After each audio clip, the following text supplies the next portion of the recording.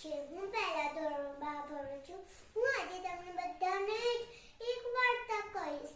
એ વાર્તાનું નામ છે સસલું અને એક કાચબો. એક મોટું જંગલ હતું. એ જંગલમાં બે મિત્રો રહેતા હતા, એક સસલો અને એક કાચબો. એક દિવસ કાચબાભાઈ ધીરે ધીરે ચાલતા હતા. સસલાભાઈએ જોયું, કાચબાભાઈ તો કેટલા ધીરે ધીરે ચાલે છે, હું કેટલું ઝડપથી દોડું છું.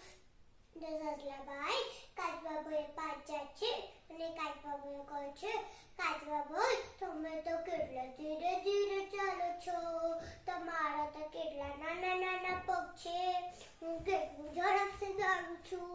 ચાલો આપણે દોડ લગાવીએ.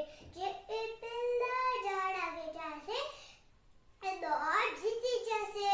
તો કાચબાભાઈ કહે છે, હા ચાલો આપણે દોડ લગાવીએ. તો સસલાભાઈ તો ઝડપથી દોડે છે અને કાચબાભાઈ તો ધીરે ધીરે દોડે છે. સસલાભાઈ એક ઝાડ પાસે પહોંચે છે અને પાછળ ફરીને જોવે છે કે કાચબાભાઈ તો કોઈ દેખાતા નથી.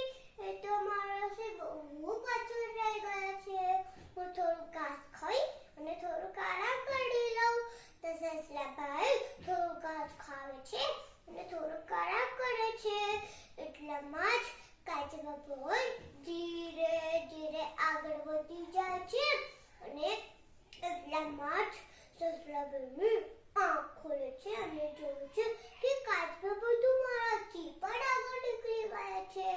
તો સસલાભાઈની જેટલી તાકાત હોય છે એટલું દોડવા લાગે છે અને એ ઝાડ પાસે પહોંચવાનું કરે છે, પણ પહોંચાતું તો નથી જ.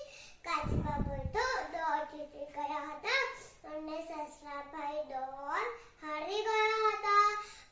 સસલાભાઈ કાચબાભાઈ પાછા છે અને કાચબાભાઈ કહે છે, કાચબાભાઈ મને માફ કરી દો, તમે જીતી ગયા, હું હારી ગયો.